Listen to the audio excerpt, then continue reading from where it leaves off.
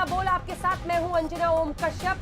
आज बिहार के आरा से आप हल्ला बोल का स्पेशल एपिसोड देख रहे हैं और वो इसलिए क्योंकि चुनावी शोर इस वक्त, चुनाव प्रचार आप कह सकते हैं चरम पर है। कल से प्रधानमंत्री नरेंद्र मोदी की रैली बिहार में होने वाली है, लेकिन उससे पहले जब आज बीजेपी ने अपना मैनिफेस्टो जारी किया तो एक के बाद एक घोषणाएं और वादों की बौछार हो गई। जहां एक तरफ 19 लाख नौकरियों का वादा, एक तरफ कोविड का टीका निकलते ही बिहार में लोगों को मुफ्त टीका देने का वादा, तो दूसरी तरफ जमकर बात आतंकवाद और राष्ट्रवाद के इर्द गिर्द भी चुनावी प्रचार में हो रही है।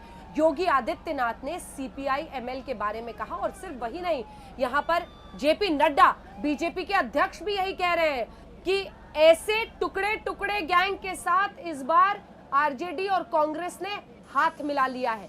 कोरोना तक इन पार्टियों को कहा जा रहा है। दूसरी तरफ सीधा आरोप कांग्रेस पर और आरजेडी पर कि देश को तोड़ने वाली पार्टियों के साथ ये गठबंधन कर रहे हैं। और आरा में भी याद रखिए 7 सीटें हैं, जहां पर 4 सीटों पर इस बार महागठबंधन की तरफ से सीपीआई एमएल ही चुनावी मैदान में है। एक नए कोरोना के रूप में भाकपा माले को लेकर के आपके बीच में से छोड़ना चाहता, ये कोरोना से कम नहीं है।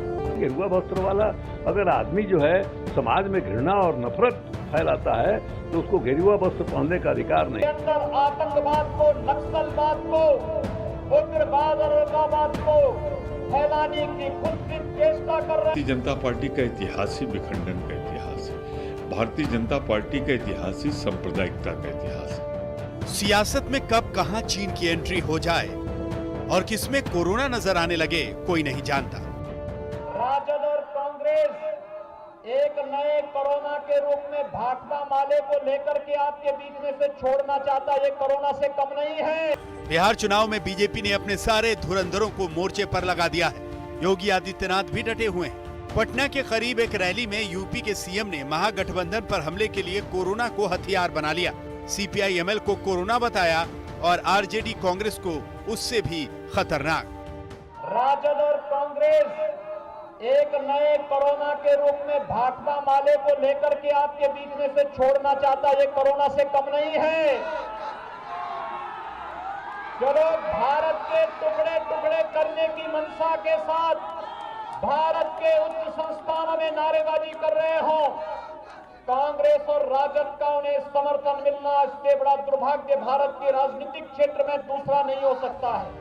योगी ने जनता को आगाह किया कि महागठबंधन आतंकवाद और नक्सलवाद को फैलाने की कोशिश कर रहे हैं। यही कुत्सित मंशा के साथ ये लोग आकर के एक बार फिर से देश के अंदर आतंकवाद को, नक्सलवाद को, उग्रवाद और उग्रवाद को फैलाने की खुद की चेष्टा कर रहे हैं। इस षड्यंत्र को हमें कतई सफल नहीं होने देना है। सीपीआई एमएल को कोरोना और आरजेडी कांग्रेस को कोरोना से खतरनाक बताने वाले योगी के बयान से महागठबंधन में खलबली मच गई। योगी आदित्यनाथ से बड़ा जो है आतंकवादी कौन हो सकता है? जिस ढंग का जहरीला भाषण करते हैं गेरुआ वस्त्र वाला अगर आदमी जो है समाज में घृणा और नफरत फैलाता है तो उसको गेरुआ वस्त्र पहनने का अधिकार नहीं है। देश के खिलाफ, देश की एकता, अखंडता और के खिलाफ अगर कोई षड्यंत्र रचता है तो वो भारतीय जनता पार्टी है। बिहार में जनता ने भाजपा और जदयू गठबंधन को ही नकारा। उनके समर्थन में उत्तर प्रदेश के मुख्यमंत्री जी गए थे, इनको भी नकारा है। तो अब ये क्या बोल रहे हैं, वहाँ कुछ सुन रहा है इनको। कोरोना संकट के बीच चुनाव और चुनाव में कोरोना का डर दिखाकर वोट मांगने की सियासत दिलचस्प है। और कांग्रेस सत्ता हासिल करने के लिए किस कदर बेकरार है, इसका अंदाजा आप इस बात से लगा सकते हैं कि महागठबंधन ने अपनी 29 सीटें देश के टुकड़े करने की सोच रखने वाले वामपंथी संगठनों को भेंट दी। सीपीआई एमएल पर देश विरोधी गतिविधियों में शामिल होने के कई आरोप हैं और अक्सर लगते रहते हैं। ऐसे में इस अल्ट्रा लेफ्ट पार्टी को कोरोना बताकर योगी ने बिहार चुनाव में राष्ट्रवाद की एंट्री करा दी है। आज तक ब्यूरो। किया जा सकता है कि वामपंथी संगठनों ने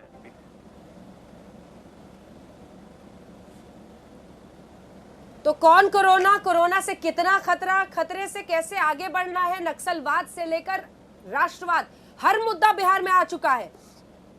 आइए आपका परिचय उन खास मेहमानों से कराते हैं जो हमारे साथ चर्चा में शामिल होंगे। सुधांशु त्रिवेदी जी, राष्ट्रीय प्रवक्ता भारतीय जनता पार्टी के, और सांसद हमारे साथ इस वक्त जुड़ रहे हैं अभय दुबे, कांग्रेस पार्टी का पक्ष रखेंगे, दिनेश वार्ष्णेय सीपीआई की तरफ से, केसी त्यागी जी जेडीयू का पक्ष रखेंगे, कुछ ही देर में हमारे साथ जुड़ रहे हैं सैयद फैजल अली, नेता आरजेडी के, हमारे साथ चर्चा में शामिल हो रहे हैं। सुधांशु त्रिवेदी जी, सबसे पहले आपके पास आते हुए, ऐसा है कि इस देश में सीपीआई एमएल को भी चुनाव लड़ने का अधिकार है, और या तो कोरोना नहीं समझ पा रहे आपकी पार्टी के नेता, या फिर ये नहीं समझ पा रहे कि वो चुनाव लड़ने के सीपीआई एमएल हकदार है, वरना सीपीआई एमएल को कोरोना कह देना, कोरोना से भी बड़ा खतरा कह देना, ये समझ में नहीं आ रहा है सर। देखिए, सीपीआईएमएल को बिल्कुल अधिकार है, आपने बहुत सही बात कही है। भारत में सभी को लड़ने का अधिकार है। जमाते इस्लामी भी चुनाव लड़ लेते हैं, मुस्लिम लीग भी चुनाव लड़ती है, सीपीआईएमएल लड़ती है, पर दुनिया में आप कोई देश नहीं बता पाएंगे कम्युनिस्ट देश जहां चुनाव लड़ने का अधिकार हो। खैर, उसको छोड़िए। सीपीआईएमएल का फुल फॉर्म क्या है? Communist party of India Marxist Leninist, यानी हिंदी में कहेंगे कम्युनिस्ट भारत की कम्युनिस्ट पार्टी मार्क्सवादी लेनिनवादी। तो आप ये कहते हैं, ये बताइए, जो उस फिलॉसफी में विश्वास करते हैं, power comes from the barrel of gun, बंदूक की गोली से सत्ता मिलती है, जिनका यह विश्वास है सिद्धांतता कि हिंसात्मक प्रतिक्रिया के द्वारा ही सत्ता का परिवर्तन किया जा सकता है। और यह सिर्फ कोई ऐसा नहीं कि सिद्धांत की बात थी, भारत की राजनीति में जहां तहां यह देखा गया, जिन जिन राज्यों में इनका वर्चस्व हुआ वहां बाकायदा राजनीतिक हत्याओं की एक श्रृंखला हुई। इसलिए हमने ये कहा कि ये भारत की राजनीति में एक समस्या की तरह है। और मैं एक और बात याद दिलाना चाहता हूं जिनके साथ है लालू प्रसाद यादव जी। अंजना जी याद करिए, चुनाव का समय आता था तो लालू यादव जी क्या कहते थे? Don't cast your vote, vote your caste, यानी अपना मतदान मत करो, जात पर वोट दो। अब ये दोनों विचार, एक बंदूक की गोली से सत्ता और एक जात के नाम पर वोट करो, कोई भी प्रबुद्ध व्यक्ति बता दे ये भारत की राजनीति में एक असाध्य रोग की तरह नहीं है तो क्या है?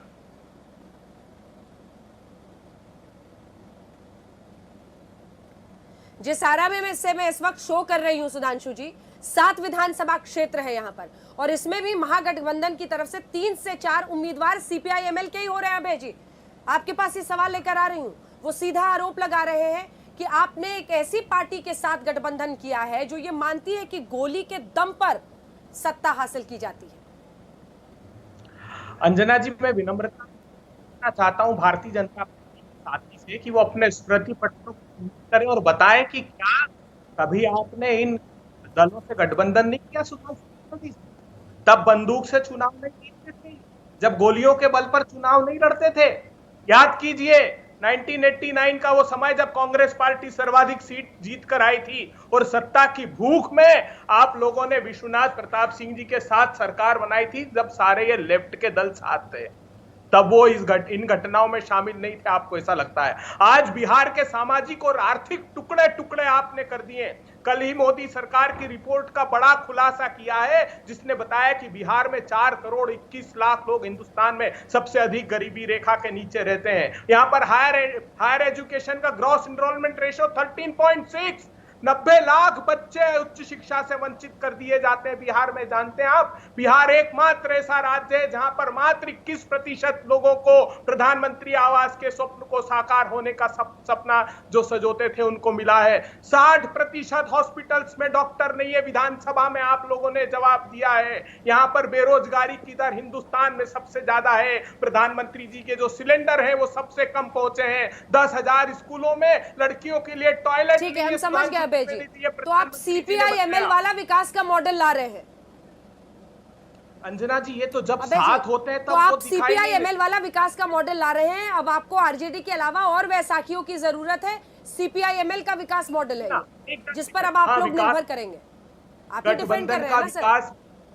गठबंधन का विकास मॉडल है किसान का कर्जा माफ, बिजली बिल हाफ, बेटियों को शिक्षा और स्कूटी का इंसाफ, किसानों को पूरे फसलों के दाम, इंफ्रास्ट्रक्चर का डेवलपमेंट, सारी अर्बन इंफ्रास्ट्रक्चर डेवलपमेंट का कमिटमेंट। कांग्रेस पार्टी के महागठबंधन का एक स्वर्णिम इतिहास हम लोग लिखने जा रहे हैं। तेजस्वी वाला 10 लाख की नौकरी बोलने में हिचक क्यों रहे हैं? अपना कांग्रेस वाला पढ़े जा रहे हैं, अपना कांग्रेस वाला पढ़े जा रहे हैं सर। तेजस्वी के 10 लाख पर भरोसा है कि नहीं? आप हमने तो 10 लाख का उल्लेख उसमें भी किया है। और निवेश, जो मोदी जी ने कल बताया कि मैन्युफैक्चरिंग सेक्टर में सिर्फ 8% लोगों को काम मिलता है बिहार में, वो हमने प्रॉमिस किया है कि हम इतिहास रच देंगे निवेश का। तो 10 लाख तो सरकारी दृष्टिकोण से बोला है, लेकिन कम से कम 25 लाख रोजगारों का सृजन पहले 2 सालों में हम कर देंगे।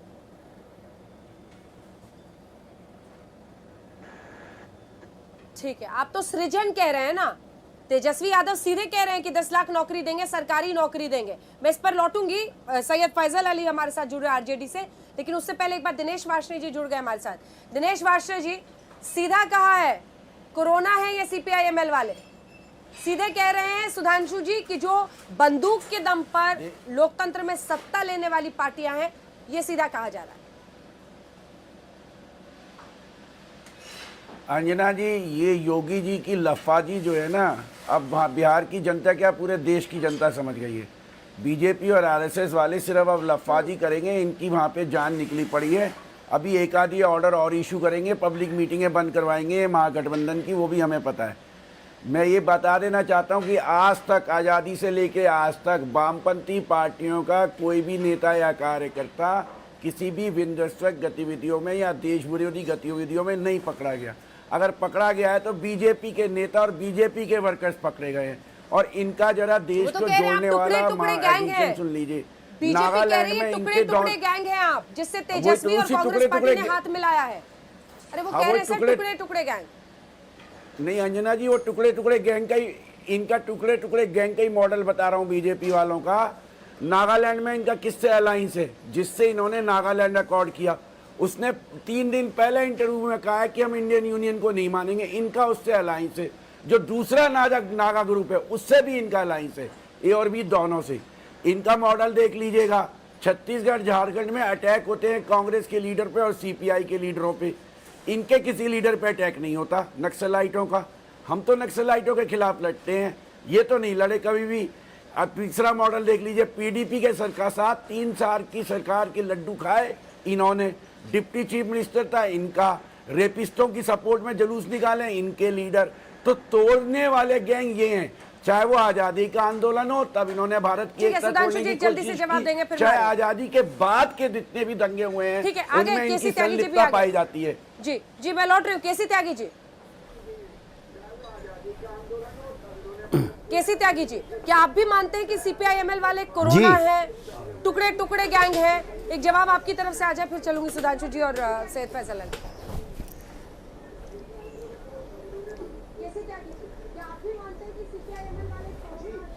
देखिए, सीपीआई-एमएल का जब 1967 में गठन हुआ था, उस समय चारू मजुमदार इसके नेता थे, जिनका कहना था that the political power comes out from the barrel of a gun.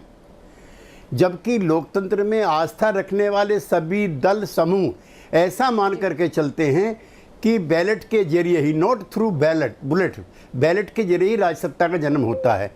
CPI के मेरे मित्र बैठे हुए हैं, इनके और सीपीएम के भी बहुत सारे कार्यकर्ता उस युद्ध में मारे गए थे जो सीपीआई-एमएल ने शुरू किया था पश्चिमी बंगाल में। खास तौर से सीपीएम के तो बहुत वर्कर मारे गए थे। अब ये लिबरेशन ग्रुप के रूप में है और सीपीआई, सीपीएम, सीपीआई-एमएल ये सब मिलकर काम करें। लेकिन एक कॉन्ट्राडिक्शन का जरूर मैं जिक्र करना चाहूँगा रंजना जी आपके चैनल पर। सीपीआई-एमएल के लिबरेशन ग्रुप के सबसे बड़े नेता थे चंद्रशेखर, जो जेएनयू स्टूडेंट यूनियन के प्रेसिडेंट थे। सिवान के चौराहे पर उसकी हत्या किसने की?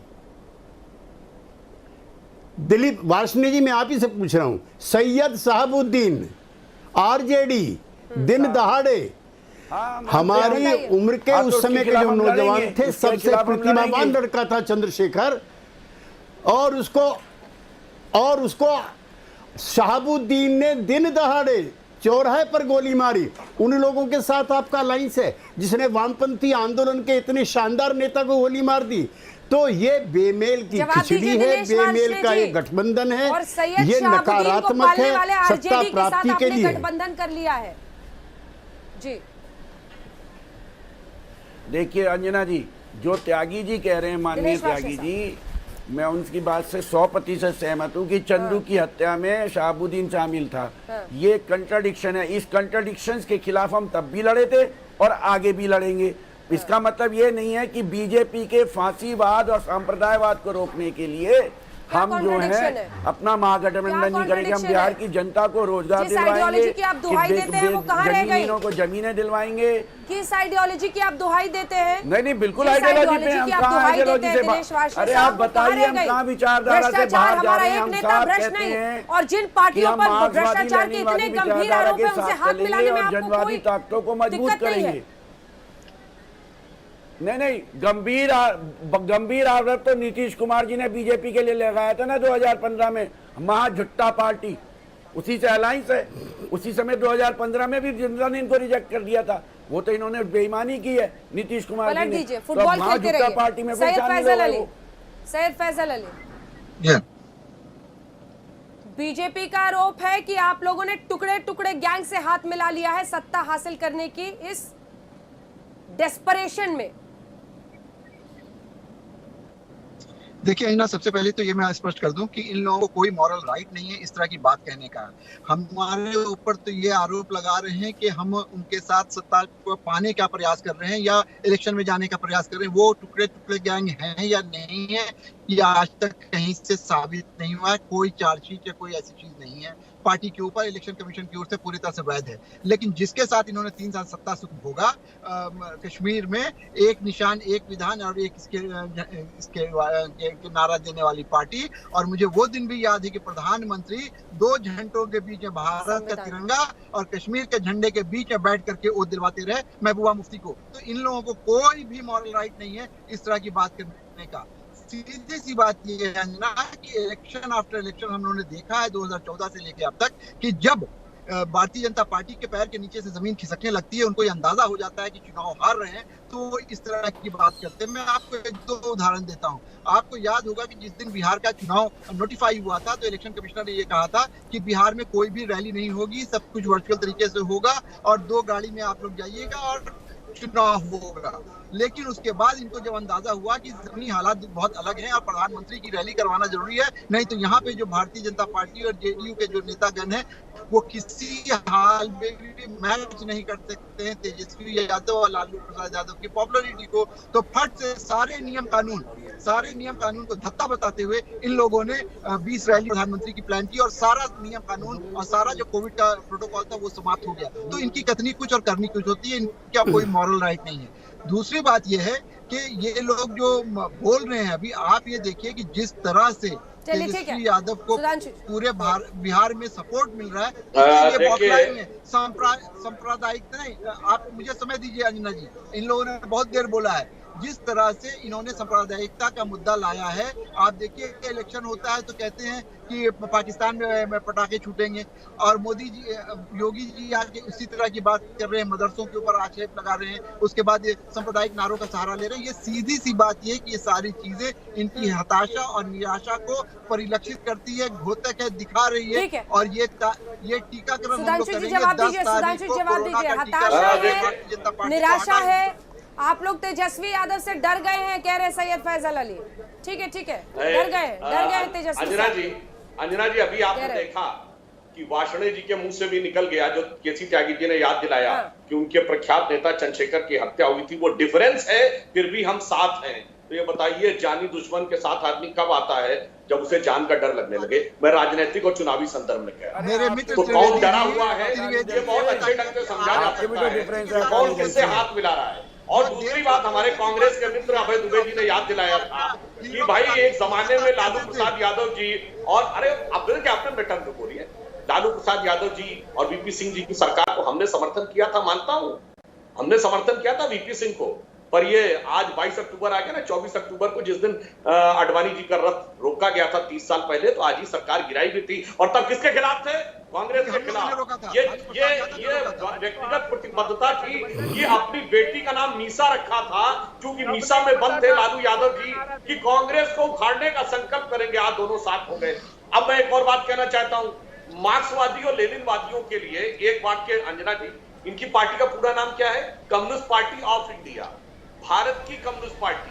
ये भारतीय राष्ट्रीय कांग्रेस और भारतीय जनता पार्टी नहीं है, ये विदेश की एक ब्रांच है यहाँ पर। और मार्क्सवाद खत्म हो गया रूस में, माओवाद खत्म हो गया चीन में, लेनिन को कोई बिल्कुल पूछता नहीं गलत। उसमें। हमारी और कम्युनिस्ट यहाँ पे पार्टी आके को खड़े हिंदी में हम भैया, कहते हैं भारतीय यहाँ पे- कम्युनिस्ट यहाँ पे पार्टी। आके खड़े बिल्कुल बिहार गलत। में। हम इसीलिए हिंदी मैं में कहना साफ चाहता हूँ, लिखते हैं भाई सुधांशु साहब, जी, भारतीय तो communist Bharatiya Janata party. Party आप भी लप्पाजी वैसे ही कर रहे हैं जैसे योगी जी कर रहे हैं, जैसे योगी जी कर रहे हैं लप्पाजी।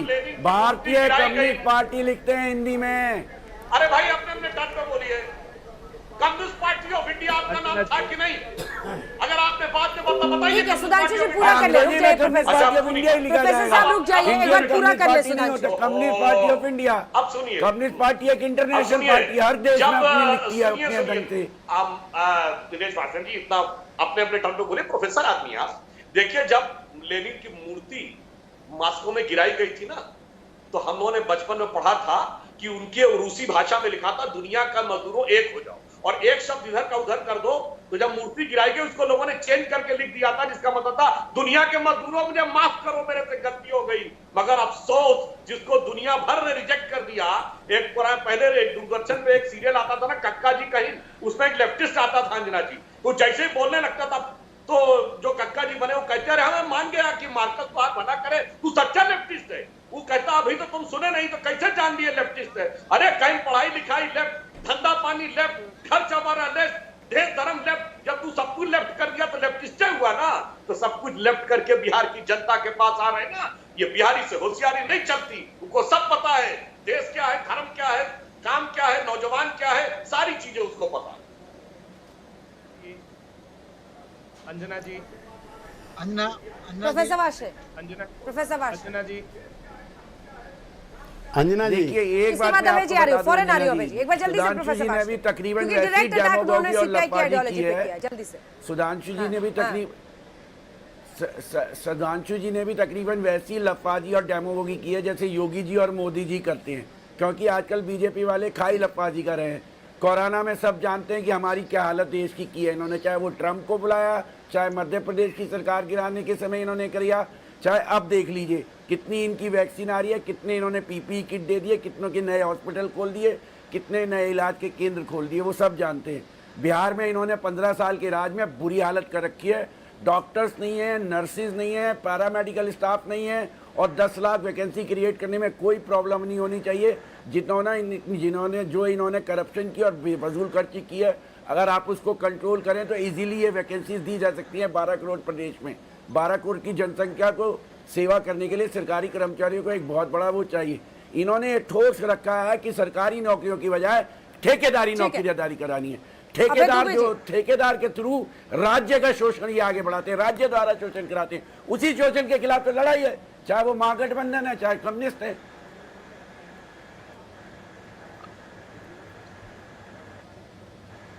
चलिए ठीक है अभय जी, आपका कमेंट एक छोटे से ब्रेक के बाद लेंगे। हम छोटे से ब्रेक के बाद लौट रहे हैं, आप ही से शुरू करूंगी। सवाल यही है कि जब मैं आपसे सीपीआई-एमएल की आइडियोलॉजी पर सवाल करती हूं तो अपनी आइडियोलॉजी छोड़ के बीजेपी पर हमला करते हैं, बीजेपी से जब उन पर सवाल किया जाए तो दूसरे की आइडियोलॉजी पर हमला करते हैं। अपने आप को डिफेंड करना और अपनी बात भी तो सामने रखिए अपनी पार्टी की। एक छोटे से ब्रेक के बाद हम लौट रहे हैं। कुल मिलाकर सवाल यही है कि एक तरफ जो महागठबंधन है इस बार आरजेडी का, कांग्रेस का और उसमें सीपीआई-एमएल का, आरा जहां से मैं शो कर रही हूं यहां पर भी उनके उम्मीदवार महागठबंधन की तरफ से उतारे गए हैं।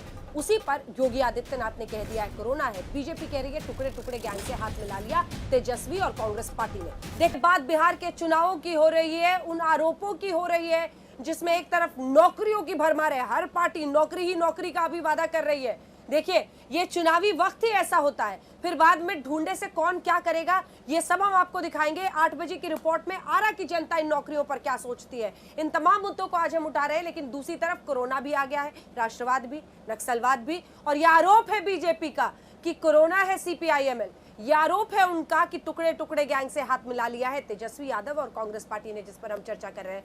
अभय जी याद होगा आपको राहुल गांधी जब जेएनयू गए थे और उसके बाद जमकर बवाल मचा था। सवाल यही है कि एक जो छवि भारतीय जनता पार्टी ने इस तथाकथित टुकड़े टुकड़े गैंग का बनाया है वो फिर से आप पर चिपका रहे हैं, हटाना मुश्किल ना हो जाए। मेरा सीधा आरोप है कि टुकड़े टुकड़े गैंग भी भारतीय जनता पार्टी की प्रायोजित थी, क्योंकि आज तक उसको पकड़ा नहीं, कोई नहीं जानता कि कौन लोग वो थे, जबकि सरकार वहां पर दिल्ली में भारतीय जनता पार्टी की थी। टुकड़े टुकड़े गैंग असली में कौन सी है जानती हैं आप? टुकड़े टुकड़े गैंग है जो भारतीय जनता पार्टी नीतीश कुमार का चिराग बुझाने को एलजेपी के लाल को आगे कर देती है। सुशील मोदी को कहा गया कि चुपचाप एलजेपी के साथ आंतरिक रूप से गठबंधन करो और जेडीयू को खत्म कर दो। एक गठबंधन ओवैसी के साथ इन्होंने कर लिया है ध्रुवीकरण के लिए। तो ये बिहार को समझना पड़ेगा। जो नीतीश बाबू बोलते थे कि बड़का झूठा पार्टी है बीजेपी, और मोदी जी कहते थे जनता का दमन और उत्पीड़न है जनता दल यू, वो बात चरितार्थ होते हुए दिखाई दे रही है।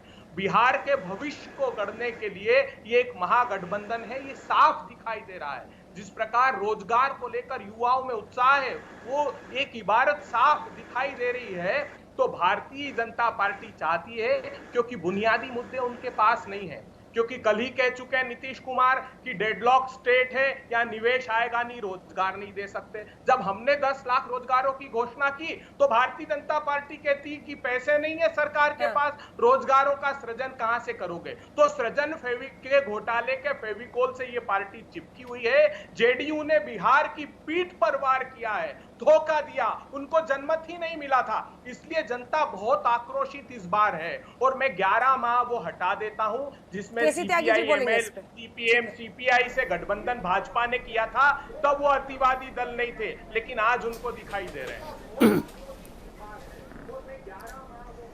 ठीक है, केसी त्यागी जी वो कह रहे हैं जनता का गुस्सा डिफ्लेक्ट करने के लिए आप लोग इस तरह की बातें कर रहे हैं।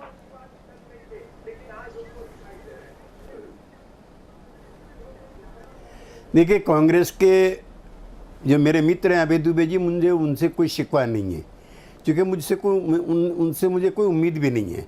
लेकिन दो जो साथी बैठे हुए हैं, सीपीआई के वासने जी और फैज अली साहब, ये मेरे पुराने दोस्त हैं। मैं इन दोनों दोस्तों से एक चीज़ पूछना चाहता हूँ। राजनीति में गठबंधन होते हैं, टूटते हैं, फिर जुड़ते हैं, लेकिन पिछले 70 साल के भारतीय लोकतंत्र के इतिहास में इससे बड़ा नापाक गठबंधन कोई नहीं हुआ जो महाराष्ट्र में हुआ है। महाराष्ट्र में क्या हुआ है, बाबरी डिमोलिशन के बाद 6 दिसंबर को अटल जी और अडवाणी जी भी अफसोस में थे कि नहीं, ऐसा नहीं होना चाहिए था। They are on record on saying. लेकिन एक नेता था देश में जिसने कहा कि मुझे फख्र है कि मैंने बाबरी ढांचे को ध्वस्त कराया। आज वो नेता और अभय दुबे जी की पार्टी के नेता दो धर्मनिरपेक्षता को बचाने के लिए दिन भर हमारी पार्टियों पर आरोप लगाते हैं, दोनों साथ साथ हैं। लेकिन अभय जी, मुझे आपसे शिकायत नहीं है, मुझे आरजेडी के नेता और वासने जी से शिकायत है कि जो नापाक हो चुकी थी महाराष्ट्र में पार्टी, उसके साथ बिहार में किस आधार पर आप गठबंधन कर रहे हो? क्या बिहार की जनता को आप नादान समझते हो? क्या इतना बड़ा घोर अवसरवादी गठबंधन जो महाराष्ट्र आघाड़ी का है, उसकी कांग्रेस पार्टी जो शिवसेना के साथ है, जो बाबरी डिमोलिशन की गुनहगार है, क्या उसके साथ गठबंधन करके उस पाप के भागी आप दोनों नहीं हैं? पर बिहार में ये मुद्दा ही नहीं है त्यागी जी। बिहार में मुद्दा रोजगार का है। बिहार में बिहार की बदहाली जवाब दीजिए।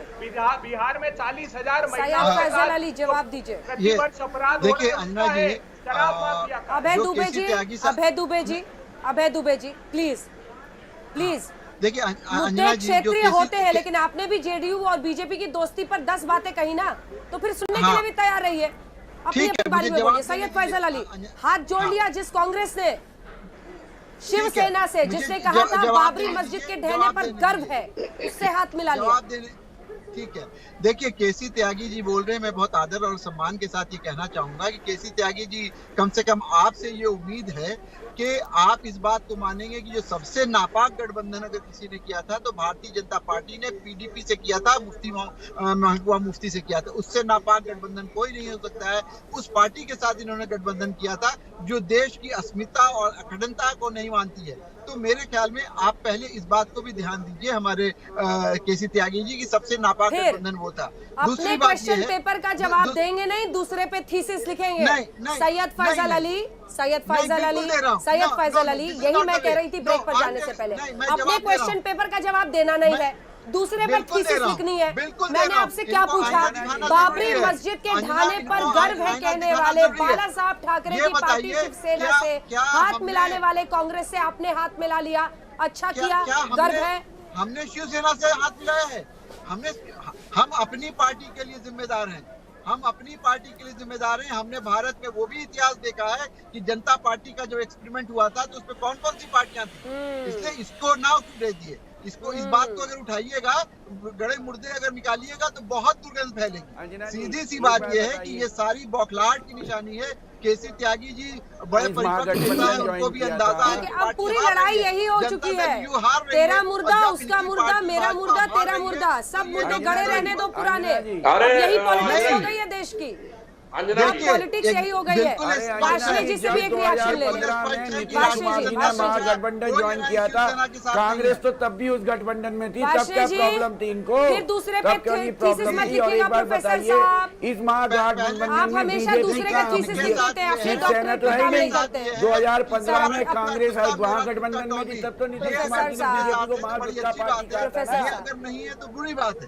मुद्दा बिहार में है बेरोजगारी, मुद्दा बिहार में है कि इन्होंने टिकट दी है। क्वेश्चन पेपर पढ़िए पहले। प्रोफेसर साहब, आपका स्टूडेंट गलत क्वेश्चन पेपर का गलत आंसर लिख देगा, आपको अच्छा लगेगा? इन्होंने उन लोगों को टिकट दी है जो गुंडागर्दी में शामिल है, जो महिलाओं की इज्जत लूटने में शामिल है।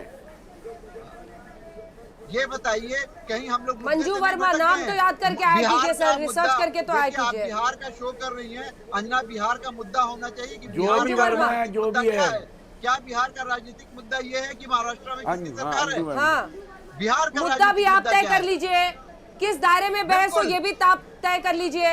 दूसरी पार्टी की बात है तो आइडियोलॉजी पे सवाल कीजिए, आपसे आइडियोलॉजी पर सवाल हो जाए तो बोलिए हाँ ये तो बिहार के बाहर का क्वेश्चन पेपर हो गया। अरे मोदी जी प्रवासी मजदूरों के आपके उम्मीद के लिए मैं नौकरी नहीं कर रही हूँ, मैं आपसे सवाल पूछ रही हूँ, उसका जवाब दीजिए। बात बिहार की सिर्फ नहीं होगी, बात अगर आइडियोलॉजी की होगी तो फिर पूरे देश की होगी ना।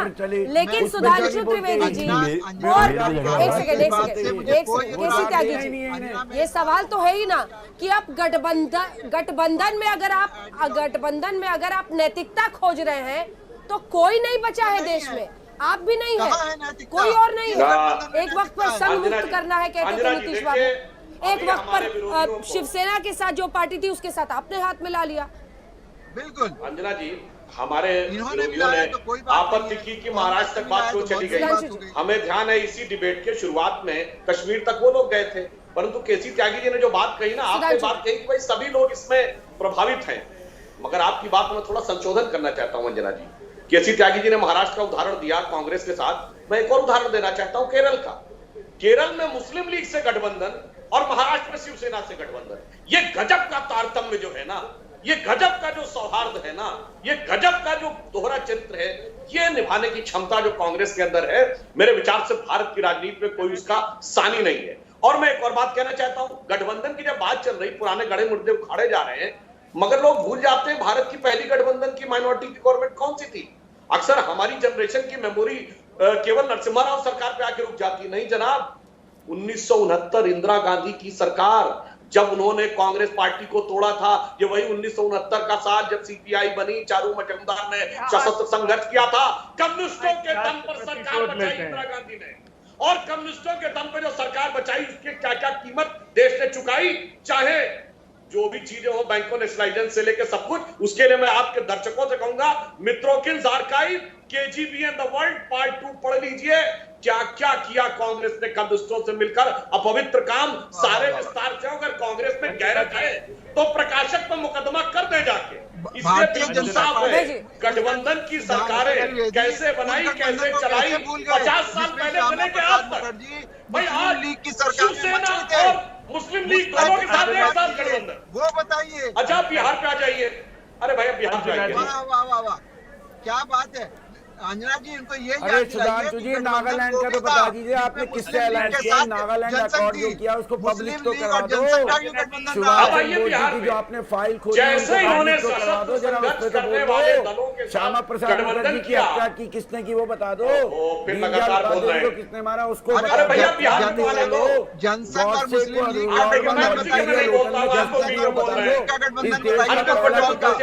आतंकवादी तो नाथुराम गॉडसे था। बोलो गॉडसे मुर्दाबाद, बोलो ना। सुधांशु जी, नागपुर में सरकार नहीं बनाई मुस्लिम लीग के साथ, राष्ट्रीय स्वयंसेवक संघ के मुख्यालय में आपने स्थानीय निकाय का गठबंधन किया, वहां शर्तें तय करके वो गठबंधन भूल गए, सरकार बनाई। आजाद भारत के इतिहास में पहला अभय ऐसा दुबे दल जी है बताइए, जिसने कॉन्स्टिट्यूएंट असेंबली में जिन्ना इतनी जहां से आबादी चुने गए थे। मुखर्जी जी ने नीतीश मुझे कुमार हमारी ने कलाकार जयंती भारत की की बात विधानसभा में जिन्ना कहां से चुन के गए थे? नीतीश कुमार ने वो कहा न लाहौर से, न भारतीय कराची जनता से, न पार्टी पेशावर से, न की रावलपिंडी मिट्टी से, में न ढाका से, न चिटगांव से। भारतीय जनता वो इसी पार्टी भारत के से चुन साथ के गए जाऊंगा। थे। ये सुशील कुमार मोदी है, जिस सुशील कुमार मोदी ने कहा कि नीतीश के खून में धोखाधड़ी है। इससे घृणित आरोप कोई हो सकता है? आजाद भारत के इतिहास में ऐसा किसी राजनीतिक दल ने इतने घृणित आरोप नहीं लगाए, मगर वो सत्ता की भूख थी कि बिहार की पीठ पर वार करके सत्ता भोग रहे हैं। इस बार बिहार सबक सिखाएगा। आप कितनी भी कोशिश कर लीजिए, ये नैरेटिव चेंज नहीं होगा। यहाँ पर किसानों का कर्जा माफ और बिजली का बिल हाफ होगा। 100% बिहार के लोगों अभय दुबे जी, कांग्रेस पार्टी और गठबंधन महागठबंधन अंजना जी, एक वाक्य बोलने आधा दीजिए। करके बताएंगे सुधांशु त्रिवेदी जी। ये बिहार केसी त्यागी जी, तरक्की का ठीक है एमओ जी, एक बार केसी त्यागी जी से मैं उस सवाल का जवाब लेना चाहती हूँ जो मैंने पूछा है। सर ये जो देखिए, अब गठबंधन में नैतिकता खोजना तो हिंदुस्तान में मुमकिन नहीं है जी। आप बिहार के तमाम गठबंधनों को देख लीजिए, कोई दूसरे राज्य में दाएं है, कोई बाएं है, अलग अलग है। अगर आप उपेंद्र कुशवाहा को भी देखें तो वैसी साहब, मायावती, ऐसे ऐसे लोग जो एक दूसरे को अलग अलग राज्यों में धुर विरोधी भी है, वो हाथ मिला रहे। तो अब गठबंधन की नैतिकता आप देखिए, बीजेपी के साथ, बीजेपी शिवसेना के साथ थी और आप बाबरी वाली बात उठा रहे हैं। तो अब गठबंधन में नैतिकता खोजना और इस पर प्रहार करने से कोई फायदा ज्यादा मिलता दिख नहीं रहा। इसलिए कि इनके पास मुद्दे नहीं है अंजना जी, इनके पास मुद्दे नहीं है। बिहार की जमीन इनकी उखड़ चुकी है। इस बार 57 सीट से ये सिकुड़ करके 37 अंजना जी,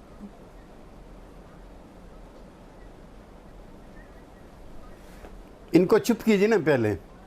आप फैजल जी जरा नए नए आए हैं चैनल पे, कोड ऑफ कंडक्ट भी थोड़ा समझ लीजिए। आप मेरे मित्र हैं कि जब एक व्यक्ति बोल रहा हो, त्यागी जी, जब बोल रहा हो एक आदमी तो दूसरा नहीं बोलता है। नहीं नहीं नहीं नहीं, प्लीज मुझे कोड ऑफ कंडक्ट ना सिखाए त्यागी जी।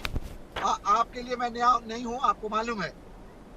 और आप जिस तरह की बात कर रहे हैं, जिसके डीएनए पे सवाल उठाया गया, आप इसके साथ खड़े हैं और आप नैतिकता बताएंगे मुझे। आप कोड ऑफ कंडक्ट बताएंगे? 30 साल मैंने यही किया। सैयद फैजल अली रुक जाइए प्लीज प्लीज प्लीज। केसी त्यागी जी का हमेशा हम लोग सम्मान करते हैं, बीच में पसंद नहीं करते, उनको बोलने दीजिए। बहुत लंबा उनका पूरा अनुभव रहा है राजनीति का। बोलिए त्यागी जी, बोलिए सर, प्लीज प्लीज रुकिए प्लीज। सैयद फैजल अली प्लीज। केसी त्यागी जी बोलिए। Shyama Prasad Mukherjee deputy chief minister बने, बावजूद इसके कि सारे कोई कैसे बोल सकता है? कोई कोड ऑफ कंडक्ट सिखा नहीं रहा हूं, मैं तो याद दिला रहा हूं। जब आप बोल रहे थे मैं एक बार भी नहीं बोला ना। इतना तो कट से आपस में मेंटेन करना चाहिए कि नहीं फैजल जी? त्यागी जी, मैंने आप तो पहली बार तो मुझसे मिले नहीं है। मैं तो आपके बीच में नहीं बोला। नहीं, मैं आपके बीच में नहीं बोला, मैं सुधांशु त्रिवेदी का जवाब दे रहा था। प्लीज